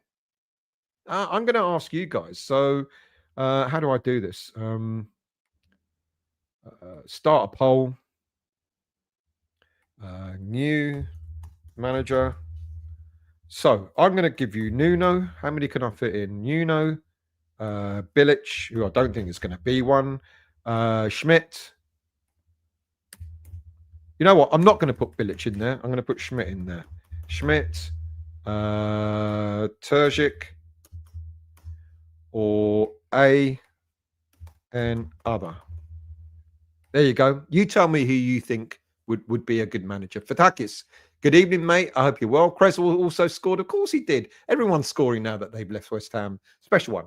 Somerville, Paqueta, Bowen, and powerful centre forward would have got us goals. Agree. Frog, good evening, mate. I hope you're well. Very well, and I hope you are too. There you go. Someone had to mention it, didn't they? Jonathan, if Spurs, Real Madrid, Barcelona, and Fulham and Brentford all upgraded and built a new stadium on the same footprint of their stadium, means we can only desire blocking us and negotiations. We can do it, but it's going to take money. Edin Terzic, mentioned him. Alonso, he's not out of work. Dixon, yes. Thank you, Paul. Much appreciated, mate. Helmut Schoen, you would have to do that, wouldn't you? Never heard of him. Ruben, a new stadium is 4 or 5 year long project. Unfortunately, we need to learn how to be successful at the London Stadium, better infrastructure, better training facilities, and investment in the squad. Fonseca, didn't think of him. That's a good shout. I don't think he's out of work. Is he? I thought he was back in work, but I'm going to check that. Thank you, Ruben. Much appreciated. Allardyce, I deliberately. It was bad enough mentioning Southgate, let alone Allardyce. Bruno Lage, yeah, he's unemployed. And I wonder if that's a possibility. I think it's Schmidt, though. I don't want a German manager. Why not? Harry Bassett. Thank you very much, Martin. Paul. I'm doing a hike from Brighton to Eastbourne this Saturday for Macmillan Cancer, 26-mile man. Put the details. Put a link. And we can promote that for you, Paul. Thank you for doing that. Jurgen, he's in work, isn't he? I don't want Fulkrug to be his James Ward-Prowse. Well, just because he's a German manager, don't mean he'll pick Fulkrug. Leon, hello. Well, if Edin came in, he's definitely not picking Fulkrug, is he? Yeah, good evening to you, Leon. I hope you're well. Vinny, stay away from Arsenal girls. They give more cancer. WHU, wishing you, thank you very much. Much appreciated. Matt, hoping one of the managers is the Stuttgart coach. His contract does run through till 2028, so probably a non-starter. I deliberately haven't picked any managers that are currently in work, but I could be wrong. Maybe Sullivan will throw a curveball and go and get a manager that is still in contract. Kiriak, good evening to you. Ward-Prowse has incriminating photos of Potter. That's the only thing I could think of. Why is he in the team? Who else we got? Let's scroll down. GP, Could we use Somerville as a striker, then moved Youth to the wing? No, I think he's a bit lightweight, but there's no reason why we can't use Callum Marshall. Why not just get him in? Special one, or even give him 20 minutes at the end of the game. The one in the background is the closest to the first team. Which one in the background are you talking about? Kyriak. The Arsenal team that we beat in the Youth FA Cup has more players in their team than we do in our struggling team. That is true. That is very true. Vinny. Happy Hammerstein. Nick got a shirt for you. Fly Fox. Call it a conspiracy theory, but if you play youth players and don't sign players, there are no big agent fee. Call it conspiracy theory, but if you play youth players and don't sign players, there are no big agent fees. No conspiracy. I get that. Who else have we got? David. I'm sick of the Ward-Prowse obsession. Probably hoping for a free kick opportunity that will never happen. How long's it been that he's been trying to break that record? Special one. When everyone was on the Earthy train, I was on the Marshall train. I'm going to be really honest. I like George Earthy. I'm not so sure he's the answer. I like him, but I think Marshall is more advanced than him, and I'm with you there. David Moyes' horny swollen bollock. Would you take Xabi at work? Of course I would. He's out of work. Surprised he ain't on our list. Just picks managers to please him. Of course. If there was any way of getting the fans off his back, he'd appoint Xabi, wouldn't he?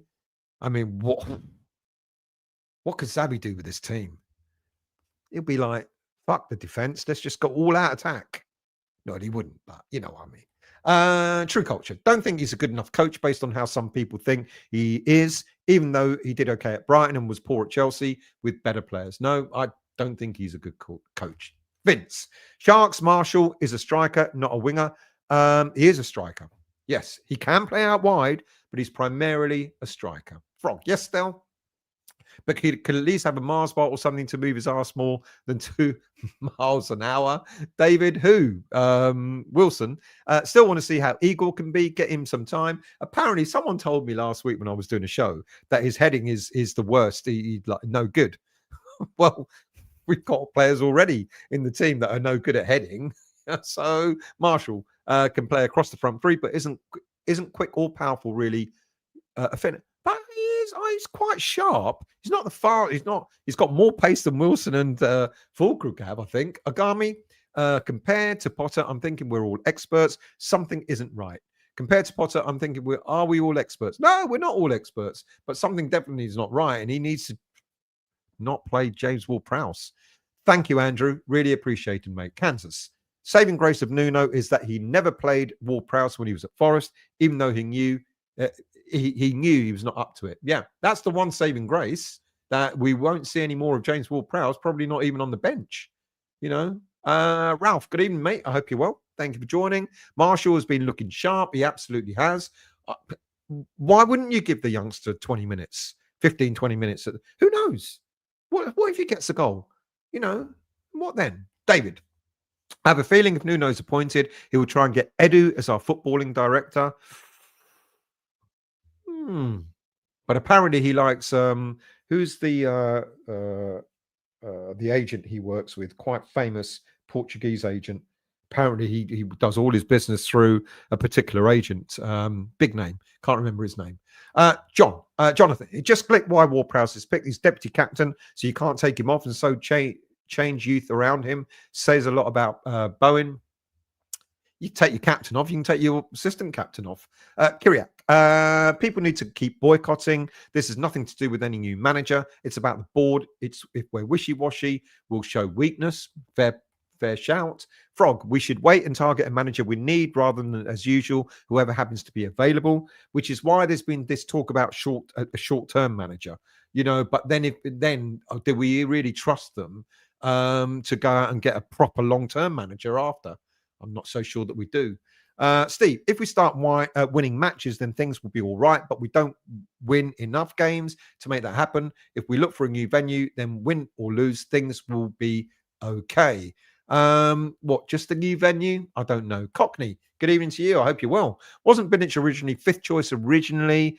Also, what other club would look for an interim? Only 5 games gone. What a shambles. Well, it's not just the 5 games, though, is it? That's the thing. That's what a lot of people have been saying. This is a combination of what's happened when he took over last season. But many people gave him the benefit of the doubt, wasn't his squad, etc., etc., etc. But it's not got any better since. That's the thing that we're worried about. Surely, Hammerette, we have someone caretaker for the next 2 fixtures. If that is the date set to sack Potter, good shout. You can put some of the, you can give it to, Kevin Keane or someone like that to take over for the next couple of games. It's a good shout. Special one, because Steinem wanted a 4-2-3-1 manager. I think it would have been the latter because Steinem wanted a 4-2-3-1 manager. James Wilson looked old and slow and small. Fulkrug is a better choice, sort of. Trudge, my point is, Daniel, if we get an interim manager, I don't think it will inspire the existing players. That's a decent shout. That Gordon, please no, not Rafa. Oh, I didn't even mention him. David, don't rate Rafa now. Been far too long out of the game. I agree. James, I don't care about the stadium. I just want our team to move up the table. The most important matter. Trudge, interim yet again smacks of lack of ambition and a plan. This is the problem. This is the problem that Sullivan has got. Get another interim in, and then you're back to square one again. And that's what the fans are upset about, or one of the reasons why the fans are upset, which is why I'm thinking Sullivan might try to throw a curveball. Right, I'm going to close that one. How many? Let's have a look. Let's end that one. Let's end that poll. And then let's see what the outcome is there. Right, the poll is new manager, A and other, 37%. Schmidt, 36%. Turgic, 14%. Nuno, 13%. That's interesting. So not many of you are up for Nuno, but Schmidt had got good numbers, and any other manager got the top. Kansas, I'd rather have COVID back than the fat waiter. David, I say we get Xavi, young and attacking, uses youth players, also out of work. Do you know what? I mean, what would we all say if we got Xavi in? I can't see it. I can't see it, but goodness me. Lawrence, do you think it's possible Nuno's agreed for a short-term deal, but doesn't want the Everton and Arsenal games considering how grim it's looking right now? No, I don't think any manager would do that, to be quite honest with you, Lawrence. I think they'll go up, throw me straight into the deep end. I'll see what I can do, see what I can get. Imagine the kudos he'll get if he actually got points out of those 2 games. So no, I don't agree with that. Do I think he'll agree a short-term deal? I'm not so sure he'll agree a short-term deal. If we couldn't get Graham Potter to agree a short-term deal, I doubt very much we'll get Nuno to agree one. Daniela Trudge, I can see Paqueta staying to run his contract down and go on a free, get the big payment he messed up not going to City. So 2027, I don't know. I think we'll agree he's got 1 year left on his contract, and then he's got an option of another year. I think we'll extend that option and then go and sell him to a big club. Trudge, we got 1 year contract extension as an option for Paqueta. Jacob's Crackers, good evening to you. Could get something out of Fulkrug when he's fit. I'm not banking on it, to be honest with you, mate. I really am not. Hayden, good day. I was fooled by the result and supposed enthusiasm after the USA tour. Sergio Conceição, he's one on the list. Yeah, quite possible. But I think if he's going to go for an overseas manager, it's more likely to be Schmidt than Conceição, to be quite honest with you. Matt, need for Premier League experience is a load of rubbish. I'd be happy with Schmidt. Good track record. I totally agree. Parry Fry. God. Jonathan, is it just me? Do I want none of that list and just let the players go on the pitch and just play? No, probably not just you. Andrew, but got to have someone in charge. Craig Bellamy is an intriguing possibility for the job. I believe he'll have the personality and desire to do the job. I don't think he'll be good enough to keep us up. As with Bilic, I'm not so sure. As with Gary O'Neill, there are certain managers that I look at and go, I'm not sure whether you'd be able to keep us up or not. Someone like Schmidt, someone like Xavi, one or two others, yeah, quite possibly get the players fired up. But I'm not sure about Bellamy, to be honest. Victor, what happens if Potter wins one of his next 2 games? Will he get 2 more? This is it. We don't know. Absolutely not, Jacob. 100% no, Lampard. Apache. Nuno likes the fact that Sullivan with his short legs would never make it on the pitch and scold him for not playing Kilman. Kilman me softly. I like that one. Knowing Sullivan, It'd be Roger Schmidt instead of Roger Rabbit instead of Schmidt. Allegri still out. Well, I don't think he is, but he was never going to come to West Ham United, despite all the rumours. Mancini, I think he's in work as well. I understand. I could be wrong. Bilic nor Nuno are going to do it. Nuno is his contacts for player staff he uses. Sullivan doesn't like that. Sullivan likes his house of salt. Nuno, no likey. I would take Cesc Fabregas. Interesting call, but he's in work. So I've deliberately not gone for anyone in work. Jacob, think you presented a good case? Just Google. But I like, and because Schmidt has been interviewed before, there's a massive possibility he could be one. Darren, there's another manager that hasn't been mentioned and has managed in the Premier League. I know there's no chance of getting him, but managed just for the short term would make a stake. Jurgen Klopp. Is he out of work? I'm not sure. I don't think he is. I could be wrong. He may be. Oh. Helmut Schön, World Cup winner. See, I'm rubbish. Fly Fox. I hear there's an up and coming manager. Is he out of work? I don't think he's out. Is he out of work? Fly Fox. I hear there's an up and coming manager at Real Betis. I know we don't pay compensation, but maybe he would be willing to give it a go. Don't know. How shit that's so soon into the season. We're looking for a firefighting manager to come in and hopefully save our top flight status. Steve, Marco Silva, Scott Parker, or David Moyes? It'd be a toss-up between Marco Silva and Scott Parker. I like Scott Parker. He's learnt his lessons. He's come back up. He's doing all right. I think at this moment in time, I think it'd be Marco Silva for me out of those three. Special one. Fonseca, I thought he was working. Is it Leon? We should have taken him under Steiden. Steiden knew what Lopetegui was getting. We were getting something wrong. Yeah. Ralph Schmidt, then he can bring in a director of football, Steiden. Can you imagine that, Ralph? Can you imagine he comes in and goes, yep, I'm here. I've got a mate that will come and wants to work for us. Who? Don't worry about it. Just bring him in. Bernie, we need a manager who's some personality, can lead, not fear playing some of our youth. Absolutely agree. Debbie and Mark, good evening, Mark. Ole Gunnar Solskjaer is out of work. I'm available. I'm not a manager. I'll do it. Which manager would actually play youngsters? This is it. I don't know, is the honest answer to that. Trosh, I like Bellamy. He played well for 28 games or so, but for us, but he hasn't managed a league team before. That's why I think it'll be. I'm not so sure that would be the right choice. David, use Igor. Give him a go. We can't be any worse. That is true. Hayden, how far behind am I? Not far.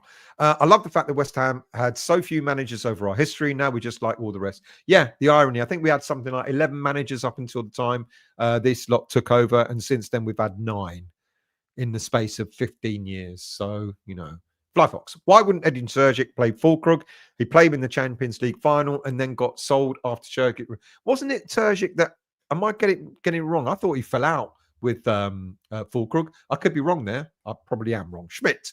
Does he play youth? So, don't know. If there's not ready now, they never will be. I've always been a fan of youth. Same, but unfortunately, it's our managers. At the minute we started getting into trouble, I knew what was going to happen. He was going to start not playing any youth players. Paul, thanks, Del. Just sent a link for the charity event for cancer. Thank you, mate. Where is it? Is it on here? I'll certainly put it up for you. Kyriak, I don't see how Iraola would ever come to us. I don't disagree with that. He would look to move to one of the top handful of clubs in the world for me. Not sure if I'm being negative. No, I don't disagree with you. I think he's cutting his teeth at Bournemouth, and we should have got him when we could. But now I think it's probably is too late. John, can hear Sullivan now utter the words he interviewed well. Welcome, Danny Cowley. Not True Culture. Nuno could be George Mendes is the agent I'm thinking of. Thank you very much. True Culture. Nuno could be a good option based on what he did at Forest and he got Premier League experience. But what will happen is the fans will turn around and go, it's more of Moyes. We need him out. Rex. Make Ward-Prowse manager, but only one rule, he can't pick himself. Souček or Rodney to start. Already better than Potter and solves the midfield problems. Special one. I keep saying Nuno. I'm not sure the side suit him, if I'm honest. Good point. Is that Agent Mendes? Yes, it is. We dealt with him for Fernandes. We did indeed. That's very true. Hayden. Craig Bellamy, the coach of Melbourne Storm Rugby League Club, has managed for nearly 25 years in the major. Must be something with a name. Certainly, that's not the Craig Bellamy we're all thinking of. Who else have we got here? Rex. I'm either really stoned or that was a genius idea. Given that that was a comment that you made 10 minutes ago, I wouldn't have a clue. I think you're just stoned. Changing managers like swapping deck chairs on the Titanic. Same outcome. Sullivan is the iceberg. Absolutely. Special one. I wonder how many people voted Schmidt has ever seen him manage a game. Good point. Mr. DeForges, how are you, mate? I hope you're well. Hayden, what would be wrong with a captain-coach situation for the next 2 games? Maybe the boys would get behind Bowen. No, I think he's already got enough on his plate being captain. You don't want to throw him being coach as well. That'll kill the poor boy. Paul, buying out Areola his contract. Buying out Areola, his contract's up at the season. I thought his contract was up at end of last season. But Paul, if you're correct, then yes, he would be a possibility. Iron Disciple, I have the strangest feeling we're going to be stuck with Potter while Brady and Sullivan pretend like they're talking to the replacements and then go out to get and they go out only to get ones that have terms that they won't budge on. No change. I think they are looking. They are looking, and they have spoken. I think they will get someone in soon. But the puzzling thing is, why not get him in now? Why wait another 2 games? Avram, you're not coming back, are you? Nuno won't come.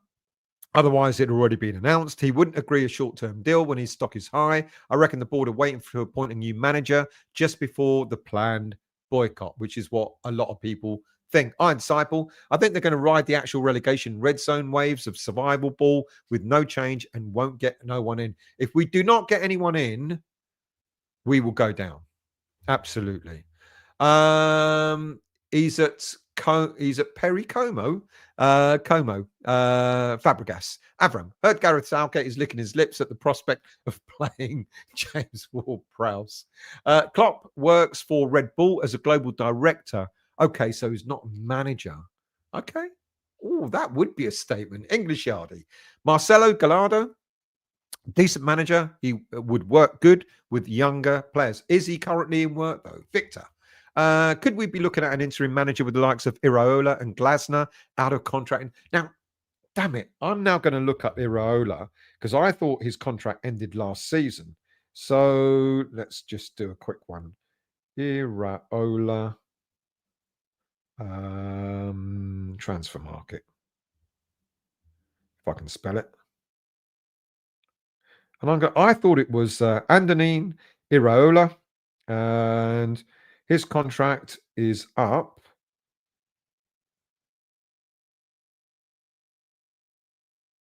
Yeah, next year.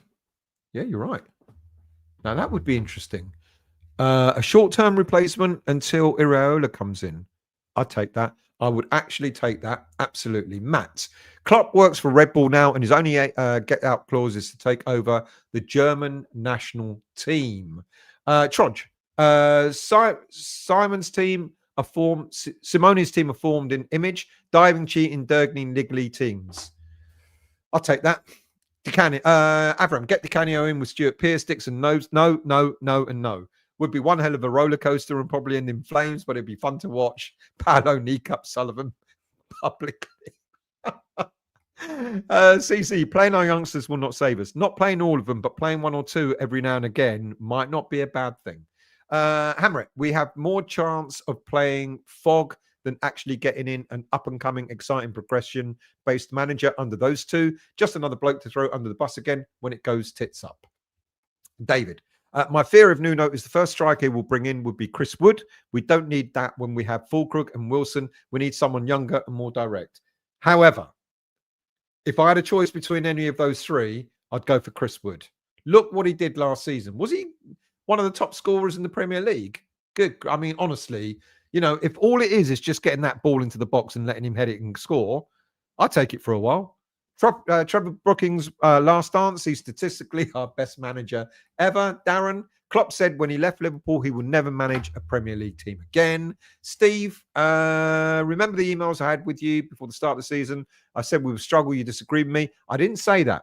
I didn't say that. You keep going on about strikers, and I told you we weren't going to get a striker in. That doesn't mean I didn't want a striker in, but yeah, we are struggling. Right, that's it. Steve had the last word. Thank you all for watching. Thank you all for listening. Like I said, if you would like, oh, let's get that one in because it's a long one. Jake, I didn't mean I can't believe Xavi isn't near the top of everyone's list. Would have us as consistent European club that meant consistent top 8 finishes. Yeah, absolutely, I would. Of course, I would have Xavi in. I think everyone would, absolutely, without a shadow of a doubt. Right, people, thank you all for watching. Thank you all for listening. Like I said, if you want to become a member of the channel, it's only $1.99 a month, and any money that I raise goes to Prostate Cancer UK. I will be doing a couple of shows this week, probably pre-recorded. We'll be doing a show next week. I can't go to the Everton game, so I'm seriously thinking of doing a watch along. I'll see how it goes. But that'll be my last West Ham Weekly for a short while, going into hospital on the Tuesday. And then I'm going to see how I feel. I'm going to see how long it's going to take me to recover, etc. So I'll be around for this week. So watch out for the shows that are coming up this week. But in the meantime, have a great week.